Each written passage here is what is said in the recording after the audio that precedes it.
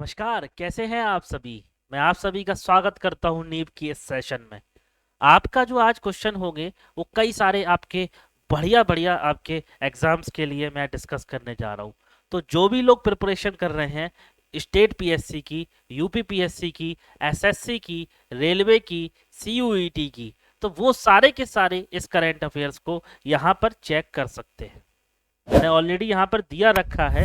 ये सारे के सारे आपके जितने भी बहुत बेहतरीन क्वेश्चन होंगे वो सारे आप डिस्कस यहाँ पर कर सकते हैं। तो क्या क्या होंगे क्वेश्चंस, हम लोग आगे अपनी ये जो सीरीज है करंट अफेयर्स की, इसमें हम लोग जानेंगे। तो चलते हैं, let's start our first question. पहला क्वेश्चन जो है वो क्या कह रहा है वो आपको डिस्कस करते हैं।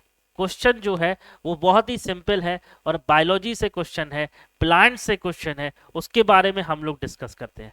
क्वेश्चन कह रहा है विच of the following is responsible for the water movement against gravity in plants. तो यहां पर जो क्वेश्चन है बहुत ही अच्छा क्वेश्चन है। ग्रेविटी इन प्लांट्स पूछ रहा है, ट्रांसपिरेशन, ऑस्मोसिस, डिफ्यूजन या फिर none of these.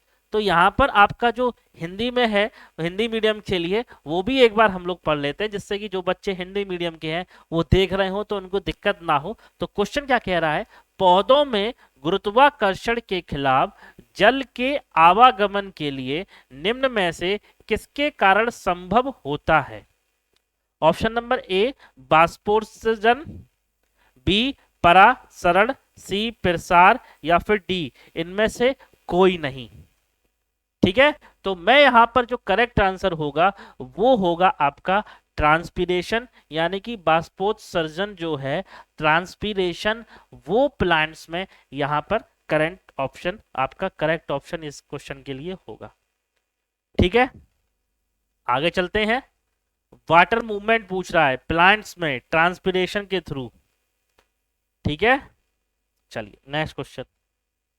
Next question बहुत सिंपल क्वेश्चन, और ये आपका क्वेश्चन है फिजिक्स से, आपका जो रिफ्लेक्शन ऑफ लाइट या फिर आप ये कह लीजिए लाइट जो चैप्टर है उससे। क्वेश्चन क्या कह रहा है, mirage are seen in summer due to, again repeat, गर्मियों में मृग मरीचिका किस कारण दिखती है। ठीक है, option number A interference of light, option number B total internal reflection, इसको सी रिफ्लेक्शन ऑफ लाइट या फिर D none of these. Same यहां पर है, प्रकाश का व्यक्तीकरण, बी पूर्ण आंतरिक परावर्तन, सी प्रकाश का परावर्तन या फिर डी उक्त में से कोई नहीं। इसका आंसर जो करेक्ट होगा वो होगा आपका total internal reflection, T I R. Total internal reflection की वजह से जो है वो आपको गर्मियों में मिरेज दिखाई पड़ती है। बात समझ में आ गई, कहीं कोई दिक्कत हो तो पूछ सकते हो आप, ज्यादा कोई समस्या है नहीं। ठीक है, अगले क्वेश्चन की तरफ हम लोग चलते हैं। वो क्वेश्चन कह रहा है आपसे, बहुत ही शानदार क्वेश्चन है, when a hacker tries to access password. ये कंप्यूटर साइंस से रिलेटेड क्वेश्चन है। क्वेश्चन रिपीट करने से पहले या पढ़ने से पहले मैं आपको बता दूं, क्वेश्चन जो है वो आपका कंप्यूटर साइंस है। क्या कह रहा है, when a hacker try to access password through email और फोन इट इज कॉल्ड। जब कोई हैकर ईमेल या फोन के जरिए पासवर्ड एक्सेस करने की कोशिश करता है तो उसे कॉल किया जाता है। क्यों किया जाता है, A spoofing, B spamming, C phishing या फिर डी बगिंग। इसका जो करेक्ट आंसर होगा वो होगा आपका फिशिंग की वजह से आपका जो है यहां पर होता है। हैकर एक्सेस करता है पासवर्ड ईमेल के थ्रू और फोन के थ्रू, उसको कहा जाता है फिशिंग। सिंपल, कोई इसमें इफ एंड बट नहीं है। गॉट इट, डाउट हो कमेंट कर लेना, मैं आपको बता दूंगा। ठीक है, नेक्स्ट चलते हैं हम लोग नेक्स्ट क्वेश्चन की तरफ, और वो क्वेश्चन आपका बहुत ही अच्छा है। WiMAX, WI max. ठीक है, बाई मैक्स का मतलब क्या होता है, full form of WiMAX पता है क्या है। A world wide interoperability for microbic access, B wireless interoperability for maximum access, C wireless interoperability for microwave access, या फिर D world wide interoperability for maximum access. इसका जो correct answer होगा दोस्त वो होगा आपका यहाँ पर option number A. Option number A is the right answer, और वो क्या है, world wide interoperability for microwave access. I again repeat this option क्योंकि थोड़ा सा कंफ्यूजन और टफ भी है, तो मैं इसको अगेन रिपीट कर देता हूं। कह रहा है world wide interoperability for microwave access. मैं एक बार आपको फिर से बता दे रहा हूं, इसका जो करेक्ट आंसर है वो है आपका ऑप्शन नंबर ए। यहां पर भी दे रखा है ऑप्शन नंबर ए। क्या कह रहा है, world wide interoperability for microwave access. ठीक है, समझ में आ गई बात, कोई दिक्कत? आगे चल रहे हैं हम लोग नेक्स्ट क्वेश्चन की तरफ। नेक्स्ट क्वेश्चन जो है आपका फिर से आपके कंप्यूटर साइंस से एक बहुत सिंपल लेकिन उतना ही ज्यादा इंपॉर्टेंट क्वेश्चन। क्या कह रहा है क्वेश्चन देखिएगा, विच ऑफ द फॉलोइंग, यानी कि 4 ऑप्शन दिए गए हैं, shortcut key is use to reboot the computer. Computer को रीबूट करने के लिए कौन सा की जो है शॉर्टकट की है उसको हम लोग इस्तेमाल करते हैं या यूज करते हैं। आई again repeat this question, computer या लैपटॉप को रिबूट करने के लिए कौन सी शॉर्टकट की हम लोग यूज करते हैं? Option number A control alt और डिलीट, बी कंट्रोल ऑल्ट या tab, C control shift plus delete, या फिर option number D control shift plus tab. ठीक है, तो इसका जो करेक्ट आंसर होगा वो होगा option number A control alt plus delete.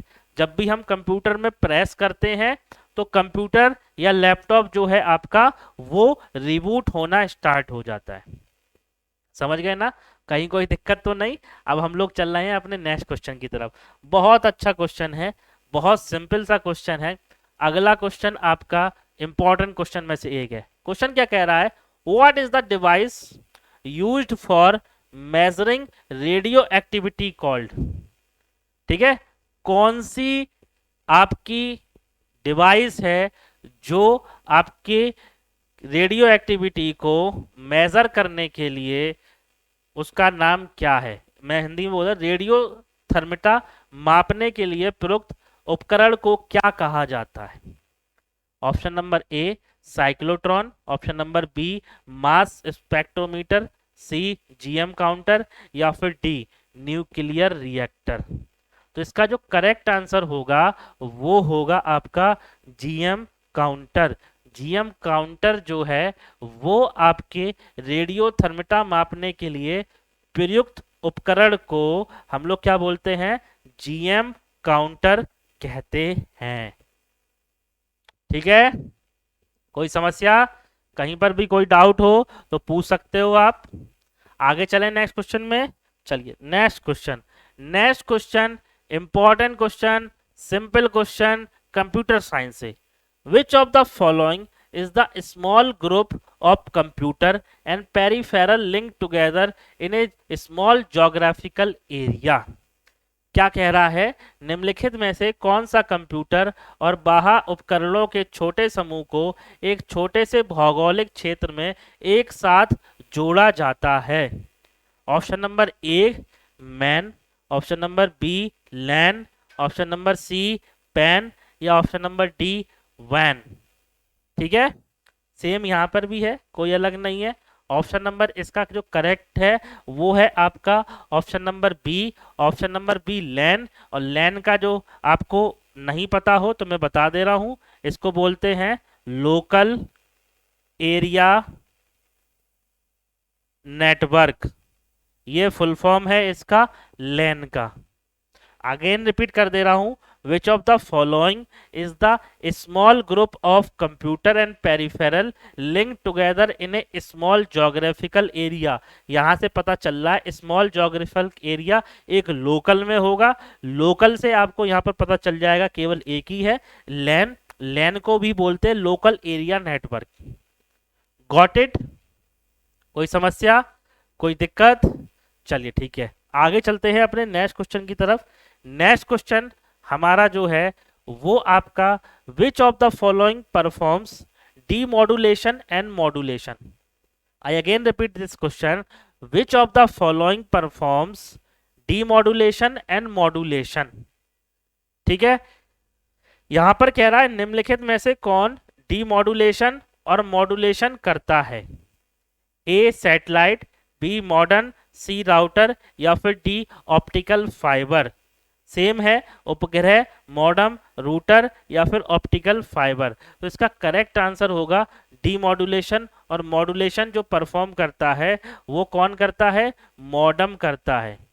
Modem का यूज हम लोग करते हैं जब हम लोग को कहाँ जरूरत होती है, इंटरनेट कनेक्टिविटी की जरूरत होती है। किसकी जरूरत होती है, इंटरनेट, मैं लिख दे रहा हूं, इंटरनेट इंटरनेट कनेक्टिविटी की जरूरत होती है, तब हम लोग मॉडेम का यूज करते हैं। बात समझ में आ गई? जिसको ना आई हो वो आप पूछ सकते हो। अब हम लोग अपने नेक्स्ट क्वेश्चन की तरफ चलते हैं, last but not the least. इस सेशन का ये लास्ट क्वेश्चन है, फुल फॉर्म पूछा जा रहा है ईडीआई का, तो वही हम लोग पूछ देखते हैं। What is the full form of EDI. EDI का फुल फॉर्म क्या होगा, यानी कि पूर्ण रूप क्या है। A electronic detail of individual, B electronic and detail information, C electronic data interchange, या फिर डी इलेक्ट्रॉनिक डेवलप्ड इंफॉर्मेशन। इसका जो करेक्ट आंसर होगा वो होगा ईडीआई होता है, यानी कि फुल फॉर्म वो होगा इलेक्ट्रॉनिक डेटा इंटरचेंज। ठीक है, electronic data interchange is the full form of EDI. अगर आपसे अब कोई पूछे कि ईडीआई क्या होती है तो आप बता देना, बहुत सिंपल है, ज्यादा टफ नहीं है, इलेक्ट्रॉनिक डेटा इंटरचेंज। ठीक है, कुछ नहीं, ज्यादा ईडीआई का यूज करते हैं डेटा को जब इधर से उधर ट्रांसफर करना होता है। हम लोग अपनी भाषा में इसको फाइल ट्रांसफर भी बोलते हैं। तो यही सब है। चलिए ठीक है, बहुत बहुत धन्यवाद आपको इस सेशन को ज्वाइन करने के लिए। आई होप कि आपने बहुत सारे अच्छे अच्छे जो करंट अफेयर्स के क्वेश्चन हैं वो आपने यहाँ पर पढ़े। अभी हम आगे भी अच्छे अच्छे और भी अच्छे क्वेश्चन लेके आते हैं, तो वो सारे आपके साथ डिस्कस करेंगे। Once again thank you so much.